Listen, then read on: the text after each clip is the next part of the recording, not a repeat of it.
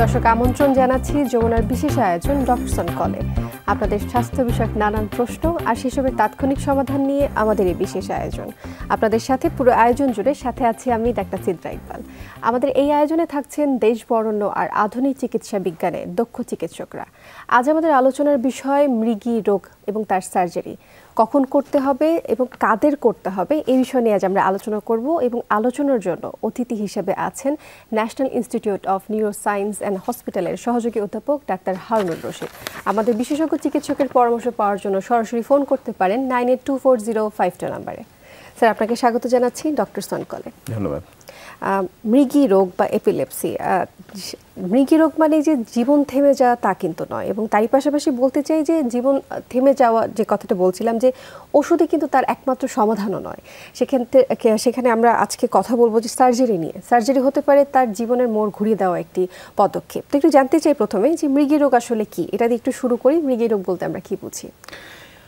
আমরা সাধারণত খিঁচুনিটার শব্দটার সাথে সবাই পরিচিত, এবং আমরা দেখি নানান মানুষের খিঁচুনি হচ্ছে।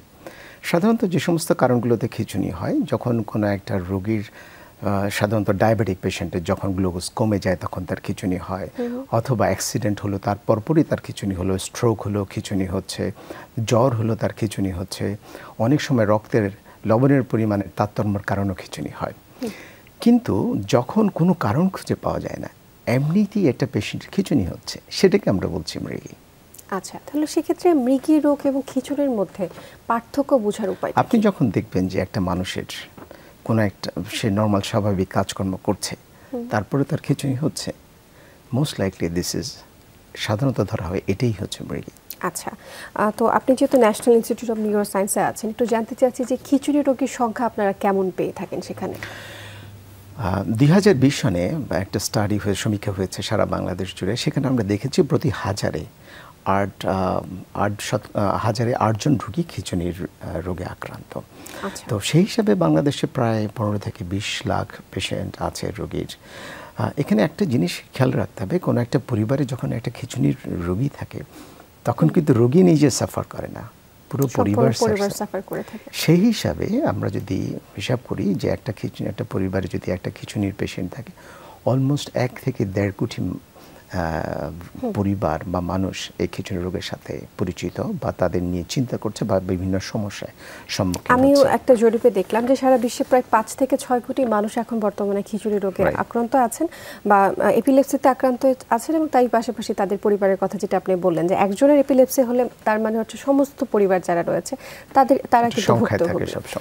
একটু জানতে চাই, যখন এই যে খিঁচুনি রোগীরা আছে তারা আপনার কাছে যখন আসেন, তাৎক্ষণিক আপনারা কি চিকিৎসা দিয়ে থাকেন? আমি সার্জারির দিকে একটু পরে যেতে চাচ্ছি। প্রথমে জানতে চাই একদম প্রাথমিক চিকিৎসাটা তাদের ক্ষেত্রে কি? সাধারণত দেখা যায় যে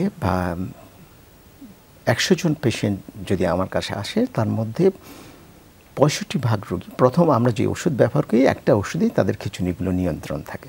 সুতরাং এটা ভয় পাওয়ার কিছু নেই, এটা ব্রেনের একটা রোগ। আমরা যদি ওষুধ দিই, এটা সাধারণত এটা কমে যায়। এরপরেও কারো ক্ষেত্রে খিঁচুনি হতে পারে, সেক্ষেত্রে আমরা তার দ্বিতীয় ওষুধটা আমরা ব্যবহার করি। তো সেকেন্ড ওষুধটা ব্যবহার করার পরেও দেখা যায় যে শতকরা 13 ভাগ রোগীর ওষুধে তার খিঁচুনি শেষ হয়ে যায়, কন্ট্রোলে থাকে। বাকি যে 43% পেশেন্টগুলো আছে অথবা 40% পেশেন্টগুলো আছে, এই সমস্ত পেশেন্টগুলো সাধারণত ওষুধে তার খিঁচুনি কন্ট্রোল হতে চায় না, নিয়ন্ত্রণ হতে চায় না। তখন এই সমস্ত পেশেন্টগুলো ক্রমাগত খিঁচুনি হতে থাকে। যখন এই ধরনের অনিয়ন্ত্রিত খিঁচুনি হতে থাকে, ইভেন্টটা কেমন হয়, কতবার হতে পারে সেটা? এটা ভ্যারি করে তার কি কারণে তার খিঁচুনি হচ্ছে।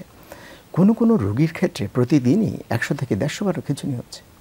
কোনো একটা পেশেন্ট আমার সামনে নিয়ে আসলাম, দেখছি তার ক্রমাগত খিঁচুনি হচ্ছে, এরকম হতে পারে। কারো ক্ষেত্রে এটা কয়েক বছর পরেও হতে পারে। এটা নির্ভর করে কি কারণে তার খিঁচুনি হচ্ছে সেটার উপরে।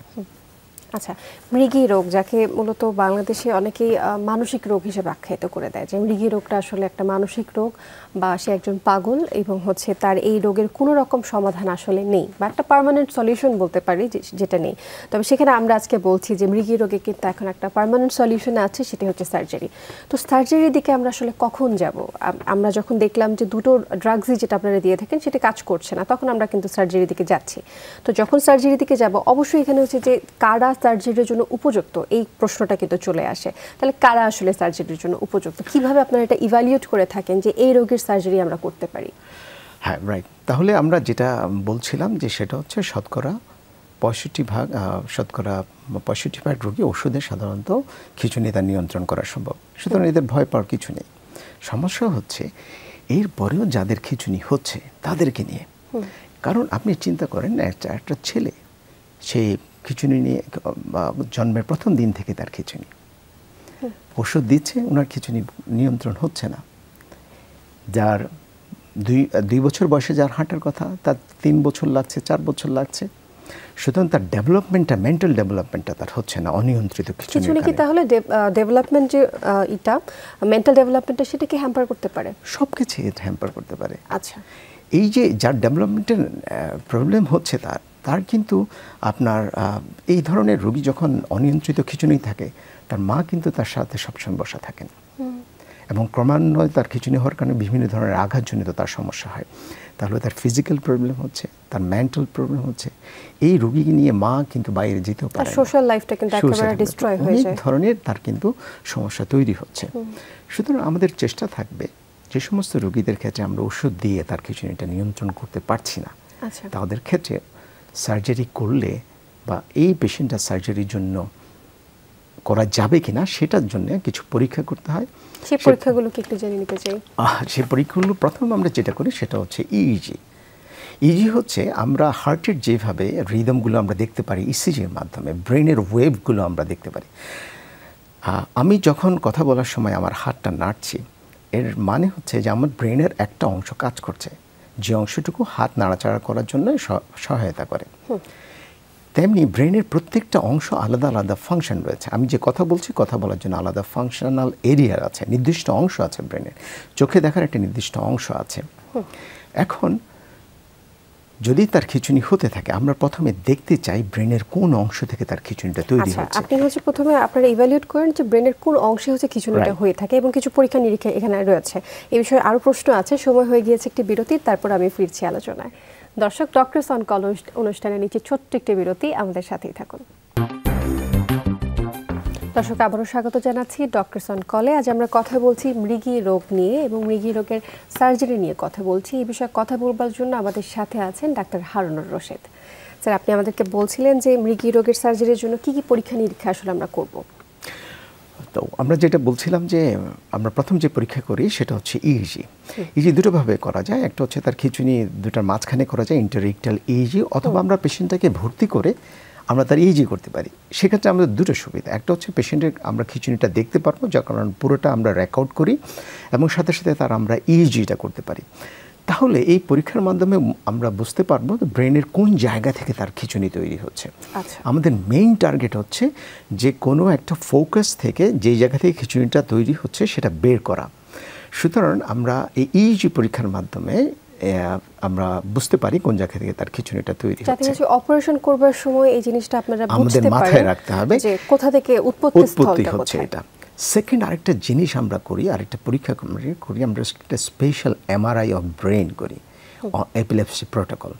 এই এমআরআইটা করার পরে ব্রেনের কোনো নির্দিষ্ট জায়গা অ্যাবনর্মাল কোনো সিগন্যাল আছে কিনা সেটা আমরা দেখার চেষ্টা করি।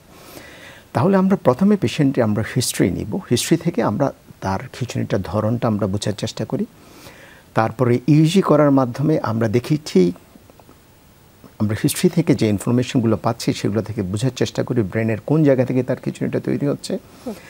ইজি করার পরে আমরা যদি দেখি সেই একই জায়গা থেকে তার খিঁচুনিটা তৈরি হয়, এবং এমআরআই করার পরে যদি আমরা দেখি ঠিক ওই জায়গাটায় তার অ্যাবনর্মাল নিউরন রয়েছে, তাহলে আমরা মনে করি this is the ideal patient, এই পেশেন্টটা সার্জারি করার জন্য পারফেক্ট। এবং আমরা কনফিডেন্টলি বলতে পারি আমরা যদি সার্জারি করি এই পেশেন্টটা ইনশাআল্লাহ সার্জারি করার পরে তার খিঁচুনি কমে যাবে। ঠিক এই প্রশ্নটিতেই আসতে চাচ্ছিলাম, যদি সার্জারি করেন সেক্ষেত্রে হচ্ছে সাকসেস রেটটা আসলে কেমন, এবং তারই পাশাপাশি জিজ্ঞেস করতে চাই খরচের একটা বিষয় আছে এখানে, এক্সপেন্সটা কেমন, কোথায় আসলে হচ্ছে এই সার্জারিগুলো করে থাকেন? যেহেতু আমাদের দেশের সকলের ক্ষেত্রেই হচ্ছে প্রাইভেট হসপিটালগুলোতে এই সার্জারিগুলো করা খরচ সাপেক্ষ একটা বিষয়, তাহলে কোথায় গেলে হচ্ছে উপযুক্ত একটা ট্রিটমেন্টও পাবো, তারই পাশাপাশি হচ্ছে স্বল্প খরচে আসলে একটা সার্জারি আমরা পেতে পারি? ওকে, তো আমরা এই যে আমরা যখন সার্জারির জন্য পেশেন্টটাকে প্রিপেয়ার করি, আমরা প্রথমে জানতে চাই যে কোনো একটা নির্দিষ্ট ফোকাস থেকে তার খিঁচুনিটা তৈরি হচ্ছে কিনা। অনেকগুলো পেশেন্টের ক্ষেত্রে এই নির্দিষ্ট ফোকাস পাওয়া যায় না, একে বলে জেনারেলাইজড এপিলেপসি। সেই জেনারেলাইজড এপিলেপসির জন্য সার্জারি করা সম্ভব হয়, কিন্তু যদি ফোকাল এপিলেপসি হয় তাহলে সেক্ষেত্রে সার্জিক্যাল আউটকাম অনেক বেশি ভালো হয়। এবং জেনারেলাইজড হলে সেক্ষেত্রে তার সিজার ফ্রিকোয়েন্সি বা খিঁচুনি হওয়ার ধরনটা অথবা মাত্রাটা অনেক বেশি নিয়ন্ত্রণ করা সম্ভব। এখন আমরা যে 3টা পরীক্ষার কথা আমরা বললাম, যে তার ভিডিও ইজি লাগবে, সেটা তারপরে তার স্পেশাল এমআরআই লাগবে, এই সবগুলো পরীক্ষায় ন্যাশনাল ইনস্টিটিউট অফ নিউরোসায়েন্স এটা পাওয়া যাচ্ছে। কোনো একটা পেশেন্ট যদি আসে, সেটা সব এই সমস্ত পরীক্ষাগুলো সরকারিভাবে সে করতে পারবে। আচ্ছা, একজন দর্শক আমাদের জন্য অপেক্ষা করছেন, ওনার প্রশ্নটা আমরা একটু নিয়ে নিই, তারপর আবারও ফিরছি আলোচনা। দর্শক, কে বলছিলেন, কোথা থেকে বলছিলেন, নাম বলে প্রশ্ন করুন। জি, আমি সিলেট থেকে আঞ্জুমান আরা বলছিলাম। জি দর্শক, আমরা শুনতে পাচ্ছি, আপনার প্রশ্নটি করুন। জি, আসসালামু আলাইকুম। ওয়ালাইকুম আসসালাম, আমরা শুনতে পাচ্ছি। জি, আমি স্যারের কাছে প্রশ্ন ছিল আমার একটা, যে আমার মেয়ে আজকে দীর্ঘ 5-6 বছর যাবত উনি মৃগী রোগে আর কি, আমি ওকে ডাক্তার দেখাচ্ছি এবং কন্টিনিউ ওষুধ চলতেছে, এখন ভালো আছে, কিন্তু কতদিন খাওয়াতে হবে ওষুধটা?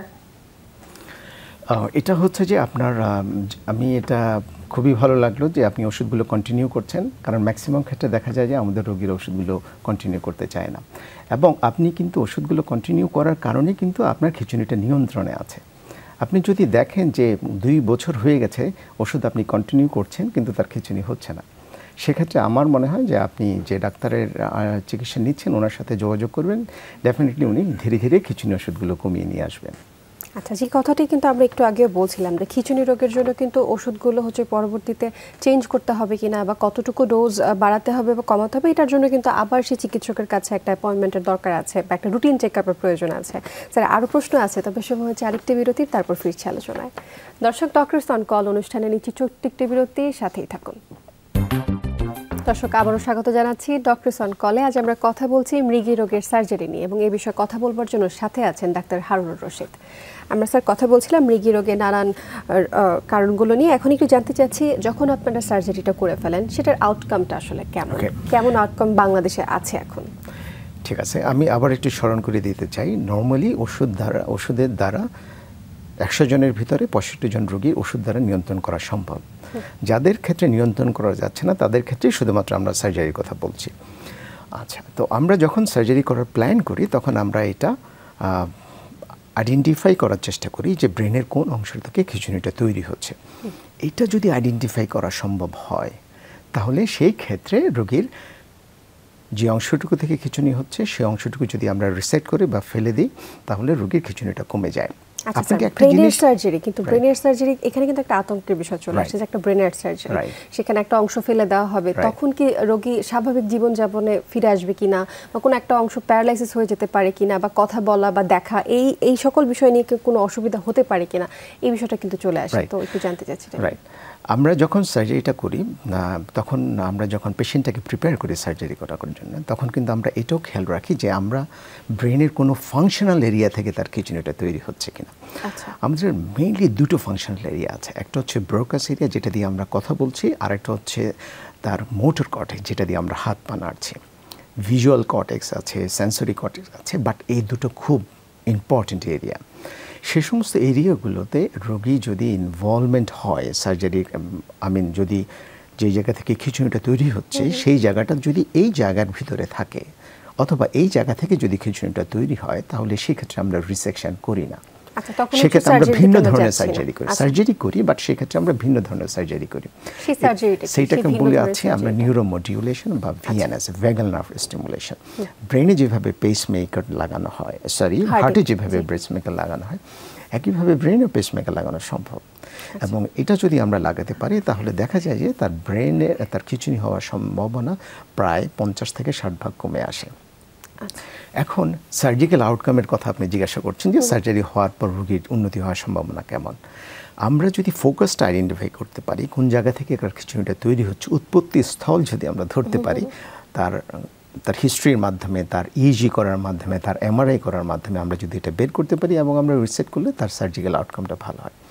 যদি এটা জেনারেলাইজড হয়, তার ব্রেনের দুটো পাশ, আমাদের দুটো ব্রেন আছে, একটা ডান দিকে একটা বাম দিকে। যদি দুপাশ থেকে কিছুটা তৈরি হয়, এটাকে আমরা বলি জেনারেলাইজ, যেটা বাচ্চাদের ক্ষেত্রে বেশি হয়। এই ধরনের রোগীদের ক্ষেত্রে আমরা যেটা করি, যেহেতু তার পুরো ব্রেন জুড়েই তার অ্যাবনর্মাল নিউরনাল ডিসচার্জ হচ্ছে এবং এপিলেপসির জন্য পুরো ব্রেনই দায়ী, সেক্ষেত্রে আমরা যেটা করি সেটা হচ্ছে তাদের দুজনের মাঝখানে যে কানেকশন আছে সেই কানেকশনটা আমরা কেটে দিই। এটাকে আমরা বলি ডিসকানেকশন সার্জারি অথবা কর্পাস ক্যালোসিটমি। এটা করার পরে পেশেন্টের সিগনিফিক্যান্ট সিজার ফ্রিকোয়েন্সি কমে যায়, একদমই ভালো হয়ে যায় না, কিন্তু তাদের ওষুধের মাত্রার পরিবর্তন হয়, অনেক বেশি কম ওষুধ প্রয়োজন হয়, তাদের যে কগনিটিভ ফাংশন ডিক্লাইন হচ্ছে, তাদের যে চিন্তা শক্তি, মেমোরি যেগুলো দিন দিন লোপ পাচ্ছিল সেগুলো আর সেই আগের হারে লোপ পায় না। সেটা একটা অ্যাটিপিক্যাল কেস। আমি এখন টিপিক্যাল কেসের কথা যদি বলি, যে আপনি যেটা বললেন, যদি ব্রেনের ফাংশনাল এরিয়াতে না থাকে সেক্ষেত্রে তো সে একটা প্রপার ক্যান্ডিডেট সার্জারির জন্য। তো সেই সার্জারিটা করার পর আমি এক্সপেক্ট করতেই পারি যে যেহেতু একটা সার্জারি হয়েছে, আমি লাইফ লং কোনো ওষুধ তাহলে আমার প্রয়োজন নেই। তো তখন কি হচ্ছে, লাইফ লং যে মৃগী রোগীদের জন্য যে ওষুধগুলো আছে সেটা তখন ইন্ডিকেটেড, নাকি হচ্ছে তারা নর্মাল যে স্বাভাবিক জীবনযাপন তেমনভাবেই থাকতে পারবেন? আমরা যখন সার্জারি করি, এপিলেপসি রোগী যখন আমরা সার্জারি করি, তখন আমরা অপারেশন করার সময়ও কিন্তু আমরা তার ইজি করি। অপারেশন করার আগে আমরা তার ব্রেনে ইলেকট্রোড বসানোর পরে আমরা তার ইলেকট্রিক্যাল ওয়েভ দেখি, এবং রিসেকশন হওয়ার পরে আমরা তার আবার ইলেকট্রিক্যাল ওয়েভ দেখি। অপারেশন করার পরেই সময় আমরা বুঝতে পারি যে অপারেশন করার পর তার উন্নতি হওয়ার সম্ভাবনা কেমন। যদি তার সমস্ত ইনফরমেশনগুলো পাওয়ার পরে আমরা যদি কোনো নির্দিষ্ট ফোকাস থেকে দেখি যে তার কিছু এটা তৈরি হচ্ছে, ম্যাক্সিমাম ক্ষেত্রে এই সমস্ত রোগীর সার্জারি হওয়ার পরে ওষুধগুলো খুব মিনিমাম লাগে, অথবা সে নর্মাল লাইফ লিড করতে পারে। কিন্তু যদি নির্দিষ্ট ফোকাস না পাওয়া যায়, যদি এটা জেনারেলাইজ এপিলেপসি হয়, তাহলে সেক্ষেত্রে তার ওষুধ কন্টিনিউ করা লাগতে পারে এবং সেক্ষেত্রে ওষুধের মাত্রার পরিবর্তন হয় আরও কম। আমরা একটু আগে কিন্তু আলোচনা করছিলাম যে খিঁচুনি রোগীদের জন্য বা এপিলেপসি সার্জারির জন্য সময়টা এখানে খুব গুরুত্বপূর্ণ একটা বিষয়। আপনি বলছিলেন যে বিশেষ করে বাচ্চাদের কিন্তু হচ্ছে একদম শুরুর দিকেই হচ্ছে ইভেন্টটা একবার দুইবার করে কিন্তু এপিলেপসি অ্যাটাকটা চলে আসে। তো তখন কিন্তু হচ্ছে বাবা মারা, প্যারেন্টসরা অতটা হচ্ছে সচেতন হন না, হয়তো বা ভেবে থাকেন যে নর্মাল খিঁচুনি বাচ্চাদের হতেই পারে। তো যদি এরকম ইভেন্ট দুইবার তিনবার করে হয়, হ্যাঁ, তো কখন আসলে আমি সার্জারির জন্য ডক্টরের কাছে নিয়ে যাব, বা কখন আমি পদক্ষেপটা নিব যে বাচ্চাটার হচ্ছে আমি সার্জারি করতে পারি? হ্যাঁ, এটার ক্ষেত্রে খুব ইম্পর্টেন্ট হচ্ছে, অনেক ক্ষেত্রে বাবা মা বুঝেই না যে ওনার বাচ্চার খিঁচুনি হচ্ছে। অনেক সময় খিঁচুনির একটা ধরন আছে, সেটা হচ্ছে আমরা বলি এপিলেপটিক স্পাজম। সে চট করে বাচ্চা অল্প কয়েক সেকেন্ডেরও কম সময় ধরে, 1 সেকেন্ডেরও কম সময় ধরে তার খিঁচুনি হচ্ছে, এইভাবে অল্প করে স্পাজম হচ্ছে, অথবা সে অ্যাবনর্মাল হয়ে যাচ্ছে, কিছুক্ষণের মধ্যে সে একটা অন্যমনস্ক হয়ে যাচ্ছে। এটাও কিন্তু খিঁচুনির একটা পার্ট।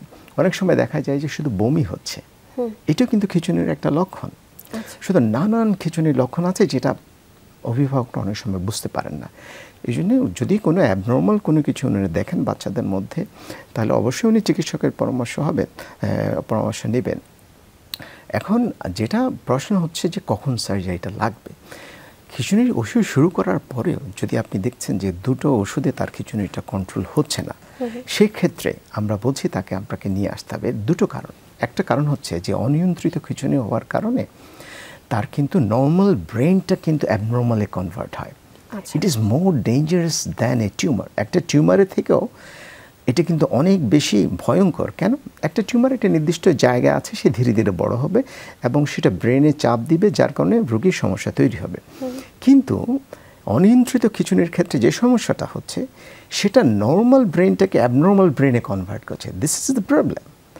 এবং সেক্ষেত্রে হয় কি যে একটা সুস্থ বাচ্চা ধীরে ধীরে অসুস্থ হয়ে যাচ্ছে, তার কগনিটিভ ফাংশন ডিক্লাইন করছে, তার মেমোরি ডিক্লাইন করছে, তার বিভিন্ন ধরনের অ্যাক্সিডেন্ট হচ্ছে, সোসাইটিতে উনি মিশতে পারছেন না সেই ছেলেটার সাথে, ইভেন তার জব, তার এমপ্লয়মেন্ট, এগুলোতে তার প্রবলেম হচ্ছে।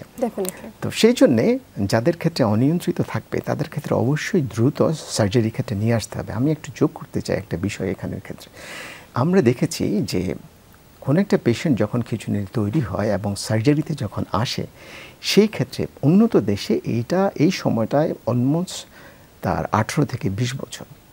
এই যে একটা লম্বা সময় সে সার্জারির জন্য অপেক্ষা করছে, এর মধ্যে তার কিন্তু খিঁচুনি হচ্ছে।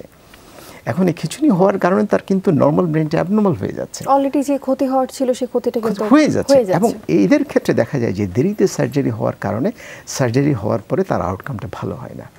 এই জন্যে খুব দ্রুত তাদের ক্ষেত্রে সার্জারি করা যায় অর্থাৎ কিনা এখানে সেই সময় কিন্তু ইভ্যালুয়েশন অনেক বড় একটা বিষয়। সময় মতো যদি হচ্ছে রোগীকে আমরা ডক্টরের কাছে নিয়ে যেতে পারি, একটা প্রপার চিকিৎসা দিতে পারি, যদি হচ্ছে ড্রাগসের মাধ্যমে হয় তাহলে তো ভালো, আর যদি না হয় সেক্ষেত্রে তো সার্জারি কথাটা নিয়ে আসলামই। অসংখ্য ধন্যবাদ জানাচ্ছি স্যার আপনাকে আমাদের অনুষ্ঠানে যুক্ত হবার জন্য এবং আপনার মূল্যবান সময় আমাদেরকে দেবার জন্য। অসংখ্য ধন্যবাদ। দর্শক, ডক্টরস অন কলের আয়োজনে আজকের আয়োজন ছিল এই। আমাদের সাথে থাকার জন্য অসংখ্য ধন্যবাদ আপনাদের।